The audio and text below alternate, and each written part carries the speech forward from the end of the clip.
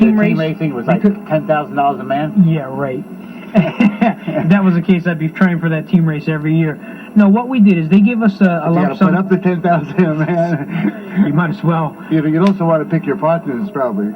Well, the good part about the team racing is, like I said, even if you lose one round, you got 5 others. You know you're going to race, right. So you can vindicate yourself somehow. You're going to get 6 races, right? You're going to get 6 races unless, of course, you have a mechanical problem. But what we did with the team races, there's a lump sum of money that's put out by Napa, and what Darrell Turner says is here. And because we're all racing against each other for the same pot, we split it evenly amongst the drivers. The only thing that's different is the hardware that goes home. One's about 6 inches taller than the other one. You mean the Wahoo drivers, the winners and losers, split it evenly? Yeah. You know, Rosie, because when you're running that hard, it's sometimes too hard to call with what you've got. We'd rather just split it so everybody knows that you're on equal playing field. What you're racing for is who goes home with the bigger trophy. This is for the money. Yeah, no. Now, this is not for the championship. Yeah, this is to see who goes into the semifinals because of the wrong delay that they put on the other side. Right. They gave the handicap to the wrong car. They gave it to the fast car. So Buddy Loeffler and Derek Murray are going up against each other to see who goes through. And this is what, 2 and 7? Yes. Oh, and Buddy red lights it, and that's a heartbreaker right there. God. That's a heartbreaker right there.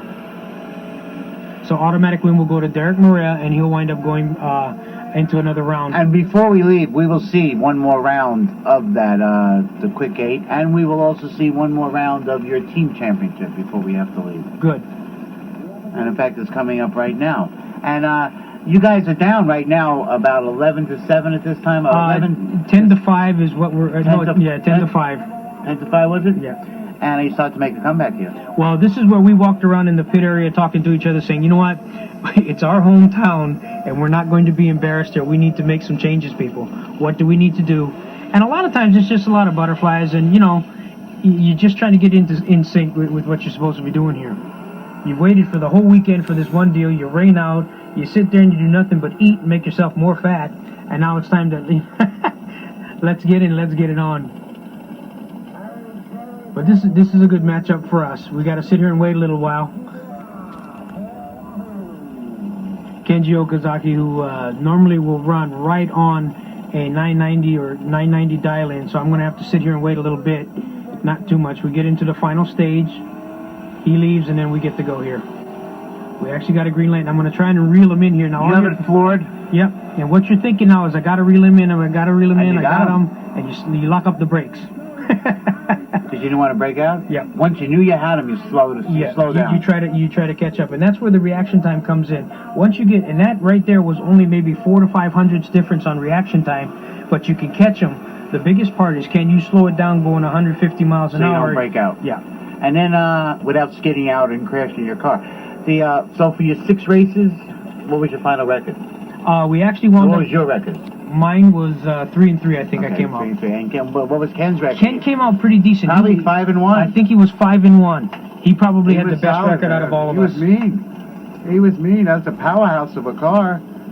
Yeah, he did a very good job coming back. But he remembered too last year what happened was real bad. Terrible. We had 8 cars and he had Terrible. 2 out of 8 he won. Terrible. Yeah, he sat there and he was Terrible. just. Last year was crushing. Well, yeah, it was really bad for us, and it was kind of interesting because the year before Look how much he has to give that fast car. Yep. But here you can see him. He's reeling them in, and then you're thinking, okay, now I got to just catch him. Come on. Oh, see, he already got it because he red lighted. The other guy red lighted. Yeah. So we're all right with it. Do you know that? Yeah. You know when the guy red light? Well, you don't really because there's blinders on the side of the tree. What we try to do is we tell ourselves, don't look at anything until after you've left, and then you can look down track. Because what happens if you look down track, your side of the tree is coming down, and you throw yourself off of your timing, and you don't want to do that. David Royce gets Bryn Hamad over here, and Bryn's a tough customer. So we're catching up. We just won 2 in a row. Right. So it's like 10-7 now. Well, we actually wind up getting as close as 10-9 in this round. And then you lose the last 2. And well, not really the last 2. We wind up just shy. And what was the final overall team score? Final overall was we lost by 2 points, but that 2 points was actually if that one race you saw with David Royce, if that was thrown back in, we lost by 1 round, one race. Wow. So when you lose by that, hey, it's a heartbreaker, but you made it interesting. It wasn't a walk away for either side, which is what we didn't want. And, you know, what we were proud of it was the people were still there cheering us on to the very end. Jason Armstrong? Jason Armstrong wound up, he vindicated himself a few times. He was pumped up, and he'll take him on this. You watch.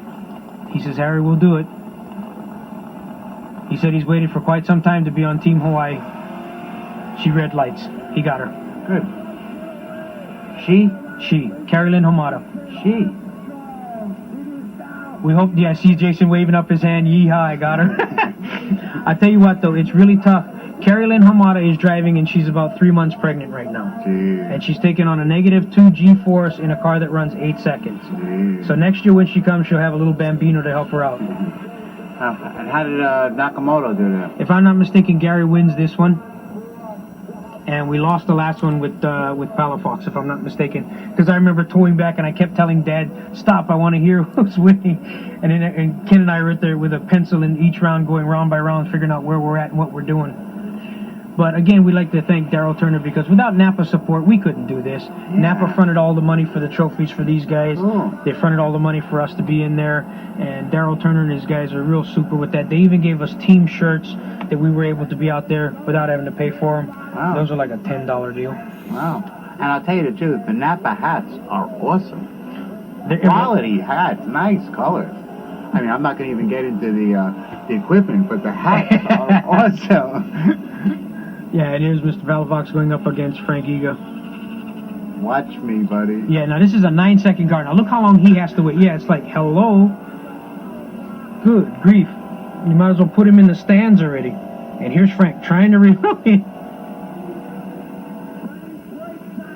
We got him, though. Yeah, we got him. On that side. We got him. Dad, we ran Oh, for here's 5 Jeffrey. years at the Old Tone Airport, and it's a long run over there. If you have to camp, you got to find a place to stay and all of that. It'd be great. Dakota has an airport, a new track, and the Big Island Auto Club is not opposed to it. All right. Any questions? I was just going to say, if you could tell us, what does the average street racer have to do to get on the track? The average street racer would have to do to get on the track is have a driver's license. If they are under 18, they need a parental waiver. We have the forms for that. The parents say it's fine. They can go race their car.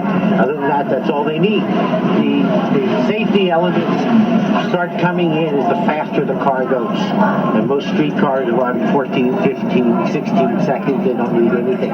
Once they start running faster than, say, 13, 9, 9, or 14 seconds, then they need a helmet. Seat belts, of course, have to be there. But basically, a street legal car and a license. So anybody can come down. Anybody can come down and race. You can see back here, there's a guy who runs a great big old Lincoln Continental, and he runs 17 seconds, but he can compete with everybody else, and he does real well. Right up to guys like we're talking, who runs 180, 190 miles an hour. Great. Perfect. I'm Harry, but this is Donley Koga. He's the owner of the car. All right, great. Donley? That's the man, yeah. 69 Camaro. Yeah. 454. 454? Yeah, 454. Run 990. Super gas. All right. The main mechanic? On everything. You build them and drive them and everything? Yeah. All right. Painted them. Did everything. Looks like you got the whole family here. Oh, yeah. Family Audi. Mahalo, and thank you so much for watching another video of the TK808 Productions YouTube channel. If you guys want to follow us, please subscribe to the channel, TK808 Productions. If you want to leave a comment or a like, just hit down below. If you want to follow us, we have our website located on Instagram, Facebook, and YouTube. Please have a wonderful day, and aloha!